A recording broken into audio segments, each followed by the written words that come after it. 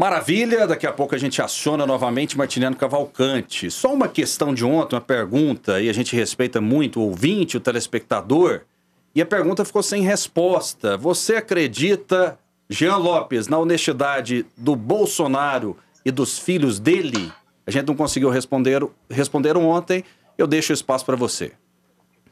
Rafael, eu vou responder com muita tranquilidade essa pergunta, porque, antes de mais nada, eu não tenho político de estimação e eu não tenho bandido de estimação.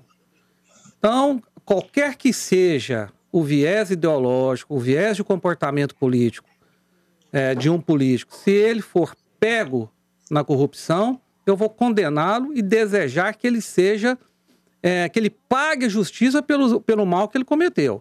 E que ele pague já na segunda instância. Eu não quero que espere até o STF e que se prolongue até o fim da vida antes que a punição lhe caiba.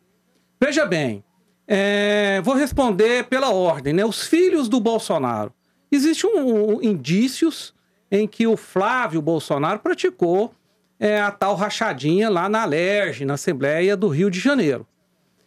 Indícios fortes, né? E ele está sendo investigado e vai ser julgado. E caso seja comprovada a sua culpa, eu quero que ele seja punido de forma imediata. Os indícios sobre ele são fortes, né? Sobre os outros dois filhos, me ajude aí no nome, é o Eduardo... Flávio. O Eduardo, não, o Flávio é o que eu falei. O Eduardo e o Carlos. Eduardo e Flávio. Sobre esses dois, que eu saiba, não existe nenhuma denúncia de corrupção. Em relação ao presidente da República, Jair Bolsonaro, eu acredito que não tenha no Brasil hoje um homem mais investigado que ele e até o momento não existe denúncia de corrupção sobre ele. Aliás, quando existiu a Lava Jato, o partido ele pertencia ao PP. Ele foi o único político do PP que não teve denúncia, que foi inocentado pelo STF, inclusive cumprimentado em público pelo presidente do STF, Joaquim Barbosa, na ocasião. Hoje ele é um homem muito patrulhado pela grande mídia, pela grande imprensa, e não se tem um único indício de corrupção no governo dele, desde que ele assumiu a presidência da República. Portanto, até o momento, eu acredito na inocência dele, sim. Dele e dos outros dois filhos que não têm denúncia. Sobre o Flávio, não, esse eu tenho algum tipo de desconfiança. Espero que ele pague, se for culpado, assim como todos os outros deputados que estão na lista de quem praticou rachadinha lá na Alerj, no Rio de Janeiro. Ele com 1.200.000, 1.600.000, se não me engano, e o que está no topo da lista é um deputado do PT com 49,500 mil reais. Então, 49 milhões e 500 mil reais. Então, é assim que eu vejo. Agora, veja bem, será que o ouvinte, o telespectador que fez essa pergunta, acredita na inocência dos filhos do ex-presidente da República, o Lula, filhos que eram trabalhadores, um deles trabalhava no hospital, no cemitério, com uma profissão, inclusive, muito digna, e de repente se tornou um dos homens mais ricos da nação, né? Dono de fazenda, dono de não sei o quê. O outro, que era apenas um trabalhador, se tornou dono de uma empresa de eletrônica ligada à Oi, denúncias gravíssimas sobre isso. Eu gostaria de saber se essa pessoa acredita na inocência dos filhos do ex-presidente Lula. Jean, e cada um tem seu CPF, né? Concorda? Cada um tem seu CPF. Quer dizer, o filho fez, o pai é culpado, o pai é ladrão, o filho também é. A gente tem que parar de jogar pedra, querer jogar pedra em um para acertar o outro, né? Os filhos do Lula, quantas fake news ou notícias verdadeiras ocorreram com os filhos do Lula? Não falavam que o filho do Lula trabalhava no zoológico, hoje é fazendeiro? Quer dizer, eu acho que a gente precisa de parar de querer atacar uma pessoa pelo erro de outra que tem algum relacionamento, pai, filho, mãe, namorada, mulher. Cada um tem seu CPF e cada um é responsável pelos seus atos. E tem outro detalhe, Júnior, que eu acho muito lamentável. Os mesmos que são a favor de que a pessoa não seja presa ou condenada em segunda instância, que ele vá até a última instância, que é lá no Supremo Tribunal, são os mesmos que querem que alguém que tem apenas denúncia já vá para a cadeia, já seja preso. Né? Então, é muito desigual esse tipo de pensamento. Muito bem, e eu me lembro bem, né? Eu conheço o Martiniano Cavalcante há muitos anos. Eu me lembro que no comecinho do governo Lula, ele já se desiludiu juntamente com a Heloísa Helena. senadora Heloísa Helena na oportunidade. A gente teve várias conversas, várias reportagens a respeito disso também no programa Paulo Berengues. Martiniano Cavalcante. Olá. Bom, vamos a esse assunto. Em primeiro lugar, eu penso que é importante a gente balizar o debate. Uma pessoa que assume função pública não é um indivíduo apenas. Essa pessoa responde, na sua integridade, pelos propósitos públicos do seu governo, das relações que se estabelecem e das medidas que são encaminhadas. Não é apenas o CPF, seria o CNPJ da nação no caso do presidente da República. Porque um dos princípios fundamentais da administração pública é a impessoalidade. Então, se ele está lá, ele tem que cumprir com esses requisitos. Ele ou qualquer um. Então, a minha avaliação em relação a esse problema moral no poder público tem a ver com a relação com o dinheiro, não no sentido específico de colocar no seu bolso. Por exemplo, uma carteira de 3 bilhões de reais no Banco do Brasil, que é vendida por 300 milhões para gente ligada ao BTG Pactual, do qual o seu Paulo Guedes trabalhou. O principal ministro do presidente. O que é isso?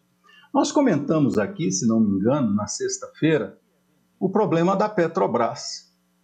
A Petrobras, 15, 20 minutos após a reunião que houve no Palácio, que se discutiu a mudança da presidência na Petrobras, houve uma operação nas bolsas de valores que com 150 mil reais geraram lucro aí a 18 e 20 milhões de reais.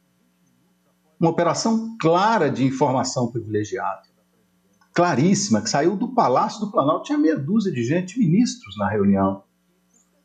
E há uma outra infinidade de processos que se estabelecem na administração pública no Brasil desde que nós retornamos à democracia. Nós acusávamos muito a ditadura pelo processo da obscuridade de um governo autoritário, da corrupção pouco divulgada, com censura e tudo mais. Mas nós não conseguimos, de fato, no período democrático, romper com esse controle que o dinheiro e a sua capacidade de corrupção têm sobre o poder público. Foi assim no Fernando Henrique, foi assim nos governos Lula e continua assim no governo Bolsonaro. Querer tapar o sol com a peneira e dizer que no Brasil a corrupção desapareceu é um absurdo completo. Martiniano, eu acho importante a sua fala, mas é importante também, Martiniano, quando você fala que a pessoa que é um servidor público tem a obrigação de ser honesto, correto, eu acho que a lei tem que ser para todos. Independente de ser servidor público, pois é. Então, quer dizer, se o filho do Bolsonaro fez algo errado, eu acho que ele precisa de pagar por isso. Agora, se o cara que roubou o toca-CD do carro que está estacionado do lado de fora da televisão, ele também precisa de pagar por isso.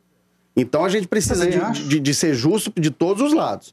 Se o filho do Bolsonaro tem um problema, o ladrão de galinha também tem um problema. Ele tem que pagar pelo que ele fez.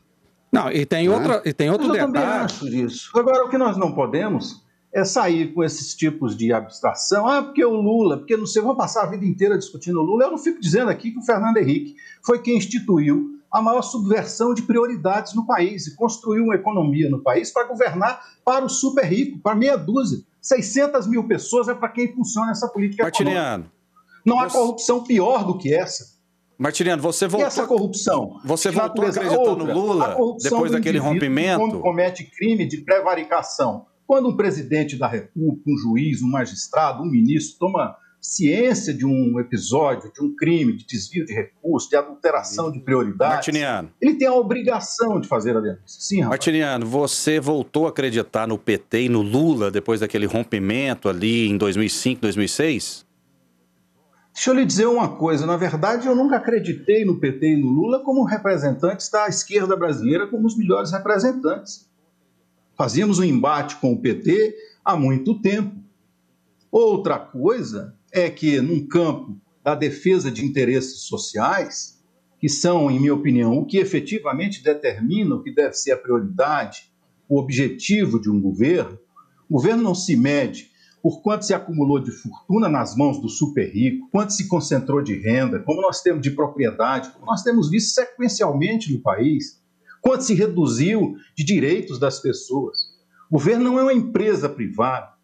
Portanto, do ponto de vista social, havia um ponto e há um ponto de interconexão entre todos aqueles que são de esquerda, o que nunca me retirou. Aliás, a minha crítica ao PT é uma crítica muito mais contundente do que essa crítica chula e moralista que a direita faz no Brasil. O problema do PT é que o PT deitou na cama em seus governos, com o capital financeiro, com os bancos, se lambuzou nesse negócio de meia dúzia, achando que seria aceito pelo andar de cima. Olha só, esse é o maior algo inédito no Jornal Brasil Central, Martiniano e Jean Lopes concordando a respeito de algo.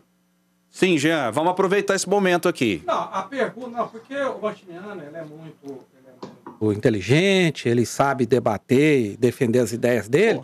Ele abriu o leque de corrupção no Estado para todo o Estado. E a pergunta feita a mim foi sobre a figura única do presidente da República e de seus filhos. Então eu respondi sobre eles. O Estado brasileiro, durante os governos de esquerda, a começar com o Fernando Henrique, depois 2 governos do Lula e mais 2 da Dilma, né? O Temer terminou o segundo mandato da Dilma, mas era o vice-presidente, ou seja, o governo petista. Fernando Henrique é de esquerda? Ué, claro que sim, ué. E o PT é de esquerda? O PT é de esquerda, mas ambos Martiniano, você acha que o PT é de esquerda? Olha, o PT hoje é um partido de centro-esquerda com muito pouco cor-de-rosa, muito pouco coloração. Na verdade, o PT está mais para o centro que para a esquerda. E o Fernando Henrique é o quadro orgânico da direita brasileira. Foi o quadro que concebeu essa política econômica que nós estamos metidos nela, que é o que interessa. É o que interessa, que define para que lado vai o pão. O Fernando Henrique foi responsável por esse modelo. Então, nós entramos num debate de viagem lisérgica aqui, dizer que o LSD, né? Porque dizer que o Fernando Henrique é de esquerda... Esse é o Martiniano, tá vendo, Rafael? Eu tô querendo fantástico, né, Martiniano? Isso aí caberia um programa inteiro. A brincadeira porque saiu aqui, entendeu? Mas é porque eu, sinceramente, não consigo debater com a caracterização de que o Fernando Henrique é de esquerda. Me desculpe, a hora que ele vier para cá... Agora, nem a direita, nem a esquerda querem o Fernando Henrique. Rafael, parece, inclusive, que o PSDB... Jean, até nós vamos ter um assunto daqui a pouco, mas parece que, inclusive, ninguém quer mais ficar no PSDB. O Jean da Rua, inclusive, deixou o PSDB. Daqui a pouco a gente vai falar sobre isso, né? É próprio da esquerda brasileira descolar quando um dos seus é pego em corrupção ou pego em escândalos grandes. Aí esse passa a não ser de esquerda mais. O Fernando Henrique é um marxista convicto. Se quiser, eu posso amanhã mesmo trazer um vídeo e colocar aqui para todos os ouvintes, ele se assumindo marxista. Que o Karl Marx é o pai da esquerda, é o idealizador do socialismo, do comunismo. Então, quem se declara marxista, para mim, é de esquerda. Outra coisa, o partido PSDB tem no seu nome Partido Socialista, né? O socialismo está no nome do PSDB. Não tem como, não tem como dizer que o Fernando Henrique não é de esquerda. Agora, porque ele é uma pessoa que é um esquerdista mais voltado ao intelectual e não à luta de classe, ele está sendo descolado da esquerda e até o PT já está sendo descolado da esquerda. Isso para mim é um absurdo total. O que eu queria dizer no início do meu comentário, que eu fui interrompido, é que o Estado brasileiro foi inchado durante os governos de esquerda, a começar do governo do PSDB e muito mais pelos governos petistas. Incharam o Estado brasileiro, né? E aí a corrupção come solta mesmo. Mas a pergunta feita a mim foi em relação ao presidente da República. Sobre ele, até o momento, até no dia de hoje, não existe nenhuma denúncia de corrupção. Então minha resposta foi claramente nesse sentido.